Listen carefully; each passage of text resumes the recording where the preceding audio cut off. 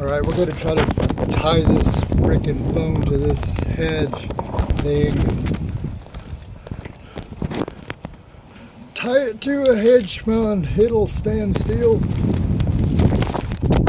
Okay, maybe it won't.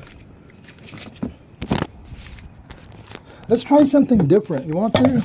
Let's try this. Yeah, there we go. Is the lighting good? Okay, quiet on the set. Quiet on the set. Places everybody.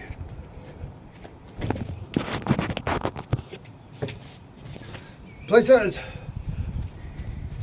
Kind of wish it was like at a different angle, or I'd sit like this or like that.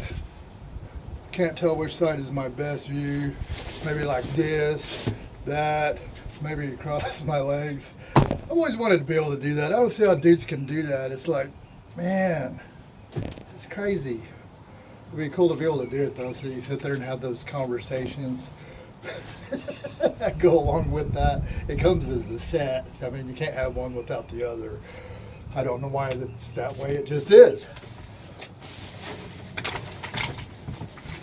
You know, we're going to do something really special today. We're going to do a little storytelling. And let's go ahead and make it a big one. 12 minutes. 12-minute short story. And to give you an idea, I'm going to say one of these. We don't want to get all extravagant. We don't want to get all messed up, you know. Drinking two little Red Bulls back to back. These babies are 8.4 ounces each. Anyways, here's what we're going to do. I'm going to enjoy this Red Bull. To the Red Bull spirits to the north, to the Red Bull spirits to the west, to the Red Bull spirits to the east, to the Red Bull spirits to the south, above and below. Thank you very much, just to let you know.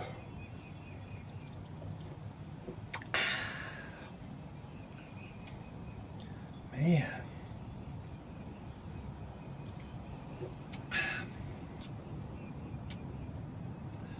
Okay, see, here's what we're going to do. Let's do like a little short story, just to kind of make things different, you know, for research purposes. And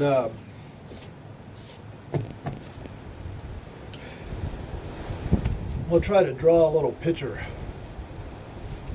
We'll try to draw a massive dichotomy of our perception. And try to close that gap. Try to bring it together. It's going to be tricky. So here's what we're going to do. We're going to use some of the stuff. This is some of the stuff I'd had some notes. See, when 2025 came around, it was 5 years ago. I was already writing on some nonfiction material. I thought by 2025 rolled around, I'd be in a position where I was making enough money to where I could put all my powers to writing, and I had this idea for this novel, this romance novel, and I had basically what it is and what it does, and who they are, and where they are, and when they are. And it was going to be a really fun thing, and I really wanted to do it right off the get-go. But it's like I didn't. I knew I needed to do the other stuff first, or at least that's what I felt like deep down. So working out the traumas and stuff like that, seeing what can be healed, fixed, or overcame, or compensated, or an equivalent that would be, you know, help you to get past that. So anyways, fast forward a few years, here we are. I'm a year late on that. You know, I was supposed to have been doing that love story. And the love story is, matter of fact, let's go ahead and we'll start the timer right now. And it was going to be a never-ending love story. It wasn't going to be just a novel. It was going to be a novel, and then it leaves it open-ended, but has an ending. I know that sounds weird. Just stick with me on this.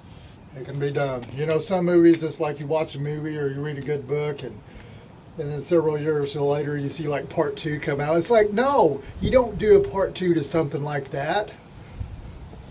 I mean, okay, with that one movie with Leonardo DiCaprio and that one chick, Titanic.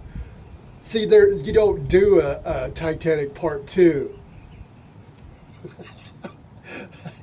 Some people would, though.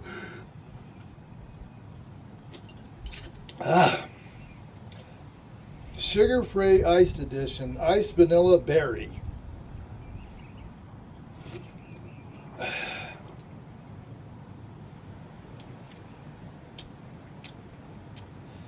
Not recommended for children, pregnant, or nursing women, or persons sensitive to caffeine. All right. I guess it's good for me then.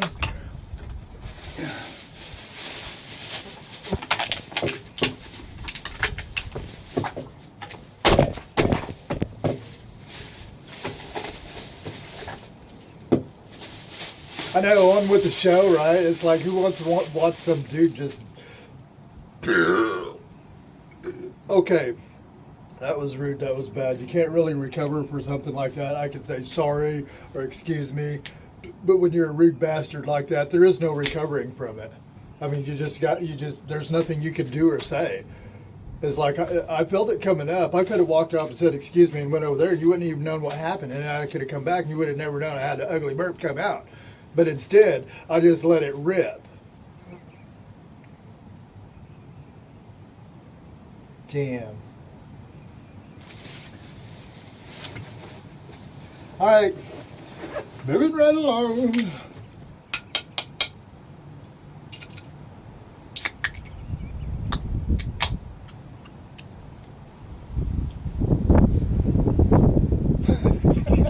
Two Red Bulls back to back, but they're the little ones. See, it's not the big ones. Don't freak out. I didn't even feel that one coming up. I didn't mean to do that. That lets me know that these Red Bulls aren't a good idea. Plus, I just had 2 decent-sized pieces of pizza. I'm sorry about that.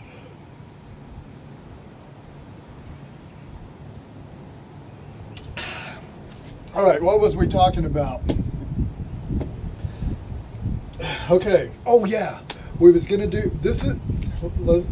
I'll paint the picture. I'll show you what I'm talking about. Give you kind of an idea. Kind of like a preview. You know how like when you're watching one movie, and then before that movie they show you all these cool scenes of the next movie. Of course, they just showed you all the little clips of all the best parts, but it's like you go watch it anyway. I love it. I freaking love it. It's like we gave it away to you for free, but you're still going to go buy it anyway. Okay. It's awesome.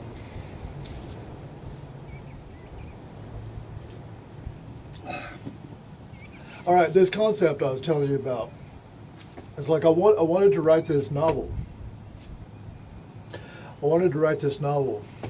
It was about these interdimensional time travelers. But they can only time travel through spirit and through the flesh. And they manifest in a couple of different ways.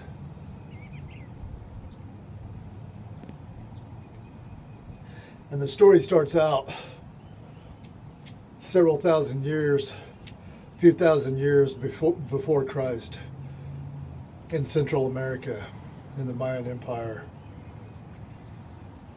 And this couple's name was Kalanu and Jalil.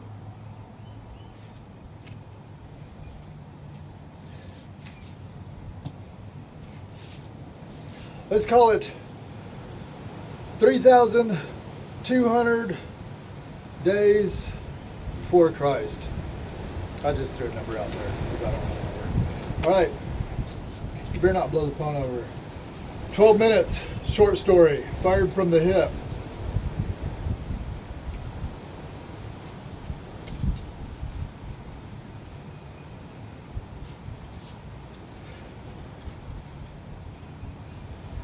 Mayan jungle in between South America, what would be known as South America and Mexico. The little bitty strip in there, the pinch point, the bottleneck. The only ones that lived in the pinch point and the bottleneck were just pure, straight up royalty. These peoples that lived there in this bottleneck in between this continent and that continent, they were the rich people. They were like the super billionaires of that time. They governed everything that happened out into Mexico, North America, and Canada, and Alaska, and all the way down into South America, all the way down to the tip of Chile. They governed everything. They controlled the whole son of a bitch. Just a few people, just like not even 1% of the population of all those continents governed by this one race of humanoid species. The Empire. And it was called the Empire. Now this empire, even now today, if you look at South America, you look at those Mayan hills and those mountains, it is just covered in pyramids and everything, the stone colosseums, everything. Their knowledge of the stars and the way they pass down information from generation to generation to generation to generation to generation to generation, and the way they map the stars. They were the ones. They were the pinch point. They were the bottleneck that controlled all these continents. And there was this couple. And this couple, Kalanu and Jalil, these lovers, they were interdimensional beings. They would travel through the flesh. But here's the thing. Each time they would die off and live a lifetime, they didn't know where their spirit was going to come out. They didn't know if it was going to come out in a body, like if he was going to be some dude or whatever way down in South America, and then she would be some chick reborn off into North America as some Cherokee Indian or something, or all the way in frickin' Europe as one of those European nations, or in Asia. They never knew where they was going to pop out at. And each time they were born into this world, each time, deep down, see, they didn't know this, because each time they're born, they don't get to know this knowledge. But deep down in their innermost being, they know somewhere, somehow, they have someone who is more than a soulmate. Someone that is more than like an Adam and Eve. More than that. Something that always was. A couple that had no beginning and no end. Something deep down in their innermost being told them that they were something that was more, that there was something that they needed to find, do, and be, and they needed to search themselves out. When they would find each other, and a lot of times they would live these entire lives, they'd go 60, 70, 80 years, and they never know, they just die off. They could be like a poor person here, or they could be a slave person, or they could be a business owner. You never knew what they were going to be, and they would live these lives and live these lives, and they would live and die generation after generation. But deep down, they knew somewhere, somehow, they were going to meet up again, and they were going to run the empire again. They knew it deep down in their innermost being. Each time they grow old and die, or however they died, sometimes they were murdered, sometimes they were killed, sometimes they were killed in war, sometimes they were killed with sickness, but they would always regenerate, and they live in these bodies. And as they would live in these bodies, they lived these lifetimes. A couple of times they would find each other, and when they would find each other, and they would come together, and they knew exactly who they were. They had something that was more than an implicit trust. And when they would come together, their powers were so powerful. It was just like when they first discovered each other at the beginning of the Mayan Empire, thousands and thousands of years, if not 10,000, 15,000, 20,000 years before Christ. when they were consummated and they were created by the Spirit of the universe to be as such, to be more than Adam and Eve, to be more. And when they would find each other, they would find the power points. And what I mean by the power points, the biggest business owners. And they had a special eye for finding these kind of people. And they would plant these little seeds of words here and there. Bam, bam, bam, bam. And these little seeds would be growing in these people and these billionaires. These little seeds would be growing in their minds. And they knew. And they knew what they were doing because they had done this thousands and thousands of times across hundreds and hundreds and hundreds of lifetimes. They had a special power of true love to where when they came together, it's like, as the legend goes, when Kalanu and Jalil, when they were together, their true love was so powerful, they could walk through a crowd of toxic people and then the toxic people would actually heal. It was like more than Jesus Christ. It was like more than their apostles. It was like more than Paul and those guys. If you look at the Bible, they talk about, it's like their anointing of healing was so powerful. They would just so much as their shadow going across somebody and they would get healing.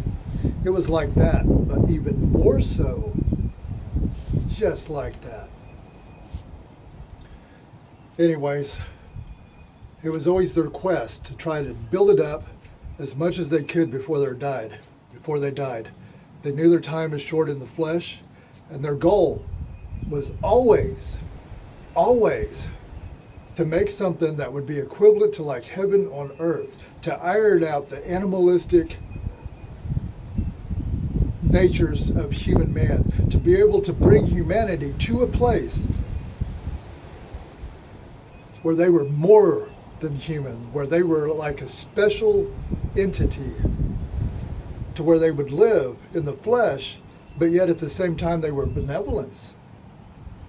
And they weren't animalistic. They weren't caught up in all of the traditional things, that the common person fights over or fears, or they wasn't caught up in all that. They were on a whole nother level. And they could bring other people up to that other level. And everywhere they went, people would just shower them with diamonds and gold and sapphires and rubies. I mean, they would just shower them. It's like they didn't even work. They held no position. All they did was exist and run around all these rich people hanging out at their houses and their temples and their synagogues. And they would just load them up and just load them up. It's like they would have wagons and wagons and caravans of riches, of gold statues, freaking diamonds, every kind of riches, and the best clothing, velvet, the finest clothing, and just everything.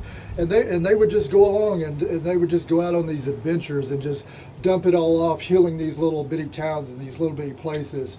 People would hear about them coming around, and they would say, "Hey, we got a kingdom over here, and it's like turned toxic, and it's like we got 100,000 people in our kingdom, and they're all turning toxic, and they're turning against us, and we're turning against them. We need help ASAP." And then, of course, they would go over there because it was a challenge to them. It was like, the worse the situation, the more they liked it. They would give away everything. As much as they would bring it in, they'd give it right back out. And they wouldn't just give it away. They would give it with principles. Every time they gave away something rich to some poor person, they would always give this special analogy from Kalanu and Jalil. And it was such a powerful and profound thing. It wasn't something that you could write in a book and say, okay, this is it, that's it. No, it was custom to every single person because they were spirit living in the flesh.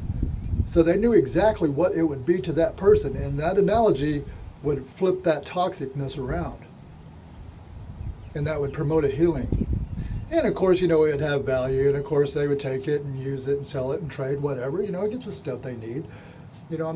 So Kalanu and Jalil, it was always their quest to try, basically, to do the impossible, to make the world something that it's not. Something that goes against Mother Nature. It's like they had this prideful ego amongst each other, that they were going to go up against God himself, and that they would rearrange the world to make it like heaven on earth, and that they would make the entire world a place where the people's tears were wiped away. There was no more trauma. There was no more murder. There was no more rape. There was no more sorrow. There was no more depression. It was to make a heaven on earth. That was always their goal. That was always their goal. And they go through all these years and years. And some of these years was very similar to like now. It's like the technology would build up to a certain degree. And the artificial intelligence, yes, this isn't the first time we've had AI. And the artificial intelligence was built up, and it'd be something similar to ChatGPT and stuff like that. And humanity would evolve, but it would always evolve the other way, and it would be like freaking toxic. It'd be like these super rich people that were really good at bypassing their own subconscious criteria and stuff, and enslaving and just totally using them, the lower ranked people that didn't, that were slaves to their animalistic ways. So those would crash, and as the story goes, they found this place in the years of 2000s. It's at the end of a Baktun in the cycle in the Mayan calendar. And this dude was a Native American, and he was brought up from the Civil War. He was brought up with a generational trauma, and he was brought up with the slaves. He was brought up to be a slave. And she was somebody rich, right there in Jacaltenango, Guatemala, what would be 502, Central America, right here, right now. And that's where the novel is right now. That's 12 minutes. All right. You guys want to sit and watch me drink a thing?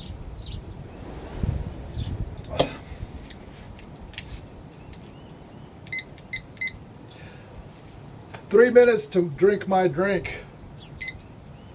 I didn't have the beeper on the 12 minutes, but it was 12 minutes. I didn't short you any.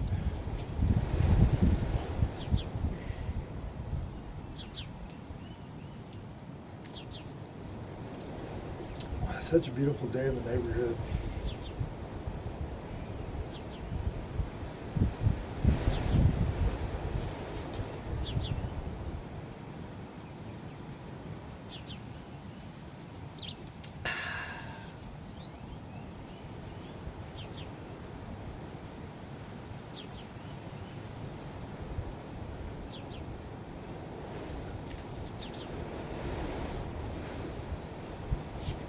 Oh, we got the 3 minute thing. Kind of went somewhere there for a minute. Sorry. Here. I'm here with you now. We're together. All right. Let's, we got 2 minutes to say something. Say something, something. 2 minutes to save the world. That's not much time. We don't have time, so we won't even try. It's so crazy how we get quagmired in those kind of things, man. Freaking unbelievable, man. Freaking unbelievable.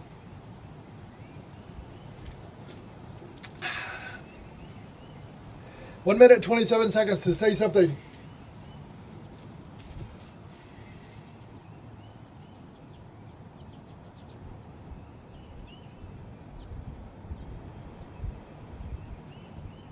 You know, sometimes we come to a point in life to where there's really not nothing to say. Only do.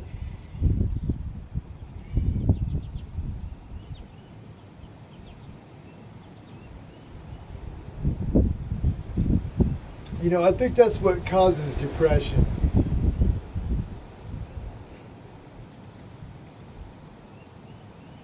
Yeah.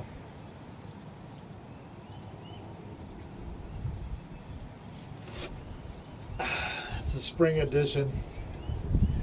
34 seconds. Oh, yeah, I know what to say. I know what to say now. 29 seconds. You can do it. Wasting time throwing this trash away when I should be saying what I'm going to say. 20 seconds.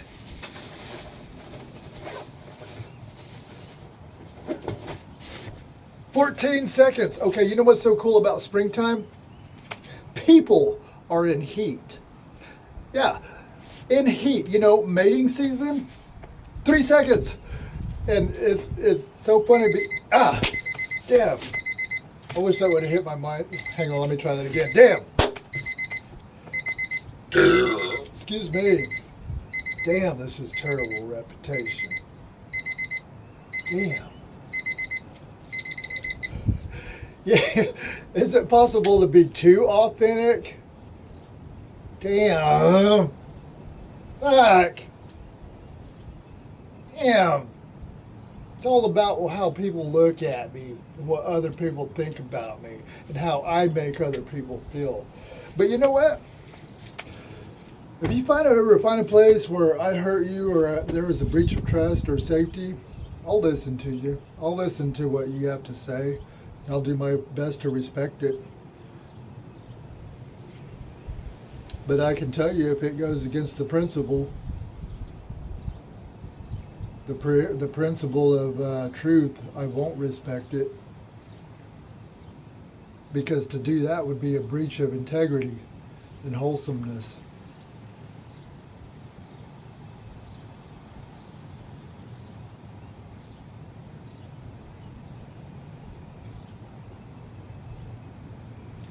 There's a little bitty gray lizard right there. They're so prehistoric looking. I don't even know what they're called. They're here in the Midwest around Missouri, Oklahoma, Arkansas, Kansas. They look like little dragons without wings. They're gray. I think they call them rock lizards. They only get about that big at max. They are just ultra super fast. I mean, they like move in a flash of light. That's how fast they are. It's like it stands here and it'll be like. But anyways, all my life, ever since I was a little kid, I've always tried to catch one. Always tried to catch one. Could never catch one. Never. Could never catch one of them. And you know, the weird thing is, you know, it was like, I think it was like the day after, or even a couple, like 2 or 3 days after Dad died, my biological father had died. I was outside of Mom and Dad's place down there. At that, yeah. But anyways, yeah, I was sitting outside and I felt something run up my leg. And it went in my shorts and run across the front of my, and I thought, what the hell is that? I thought it was a bug. And I pulled my short like that. And there's one of those great freaking lizards. I'm like, what the hell? And then he shoots up through my leg and runs up my shirt. And I'm like, what the hell? He runs over the top of it. He goes down my back. I'm like pulling my shirt back. He runs up my back, runs down the crack of my ass, comes back out by my leg, runs back up in there, runs up the front of my shirt, runs to my back. You get the picture. It's like this lizard was jacking with me. And it was tickling me the whole time. The way those his little claw feet were, it was just tickling me, and I'm just freaking laughing. And I wasn't like trying to smash him or nothing. I was just freaking laughing just the way he was running all over me. And I'm like, and I remember it. And then he ran down my leg, and then he ran over there, and then he turned around, and then he was just like sitting there looking at me like this. And I was sitting there thinking. And I was just, it was just surreal. It was just a surreal moment. One of those moments where you're just like, my God, what's up with that? It's like, because you would think, like when an animal in the wild, there's two things that really happen. It's like you got to be super in tune with your mind and spirit or whatever. Kind of like my sister Lori, she could have wild animals come up to her and stuff. My sister Wendy's like that too. But anyways, you know, it just doesn't happen. You know, it just doesn't happen. But that happened that day. And I remember that. And I remember I was thinking, it's like, Dad, did you have something to do with that? That was weird. But anyways, there's one of those little lizards right there. And I was just thinking about that. I thought that was really cool. Super, super cool. Yeah. Yeah, I think I got that day marked in a journal too. I don't know. It may have actually went in the journal that got burned, but either way, I still have the memory of it. It was the coolest thing ever. Coolest thing. Oh yeah, and another thing too, I missed out too. I forgot to tell you, this lizard actually came out my shirt when it was on my back and running up and down my back. It runs through the front of my shirt and comes down my arm and then parks his ass right there in my palm, looking at me. And I was just sitting there looking at him in close detail, and it's like, wow, it's like a prehistoric creature. It was almost like, and it's like you could see all his muscles, and he was like perched up like that in my palm, and it was like he was posing for me while I sit there and checked him out. Because all my life I'd never been able to see him up close, never. And that lizard is like this, and if you see these lizards, they are built. They got like big muscles. They're like little pit bull lizards. They're so cool. But anyways, you ever get a chance, look them up on the internet. You'll see what I'm talking about. I think they're called rock lizards. But this one, he was all built, and he's like that, and he's just sitting and I was looking at him, and I was like, man, that is just super cool. It's like a little dinosaur. It's like otherworldly. And I can't remember if he ran down my arm and then back out, or if I'd set him down or whatever, and then he went and took off, turned around, looked at me, and took off. But that was, to me, that was something that was just surreal. It was. To me, that was spirituality. Some kind of spirituality. See, to me, that's what religion is. That's what religion is. When something like that happens. See, it doesn't like happen to everybody or nothing like that. It's just me. It's just my own little piece of the story. It happened just a moment in time, a couple of minutes there at Rabbit Hollow at the end of 2017 when Dad kicked the bucket. And I think that's what spirituality is. Stuff like that.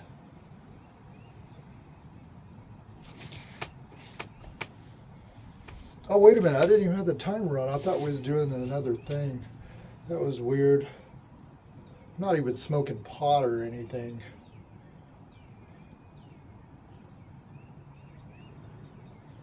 Yeah, it won't be long. Time for the next phase. Time to shed the skin. So weird the way life does. But you know, I still have this underlying, it's not really a fear, but it's a concern that like when we die, that's it. Poof, it just lights out. Poof. And it's like this flesh, you never know it ever existed or nothing. Just gone. Gone forever. All eternity. No racy do-overs, just one. That's it. And whether you treat it good, bad, ugly, or whatever, that's all up to you. That's your gig. But then again, there's that other part of me that likes to pretend that, yeah, that's what happens with the flesh and this body. But it's like in our mind, our consciousness, not our brain, not our thoughts, but that conscious thing. See, the consciousness and our brain and thoughts are two different things. And so far, science cannot prove this. There's a lot of people into metaphysics and stuff like that always talking about this consciousness and then the thoughts in the mind and the brain. Yeah, it's trippy stuff. I like to try to pretend like we're the Father God and we are one. I like to try to pretend like that's who we are and what we are, and we're living through the flesh like that. That's how I like to pretend.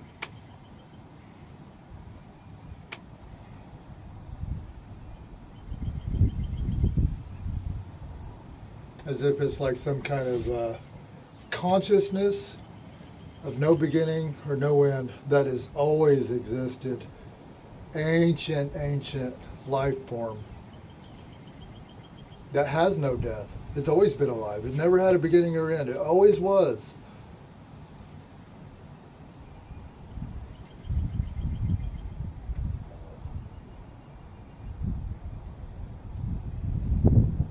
John 3:16. What's that one? Shall not perish but have everlasting life. It's like What is everlasting life? It's like, does it start now and then it goes forever? Or was it that we always was? It always will be. It always have been. It's such up for interpretation.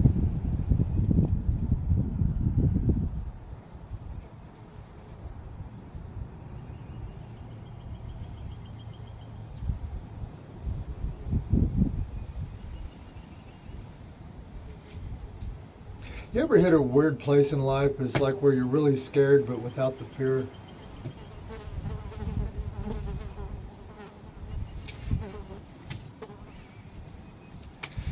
Anyways, see you in the funny papers.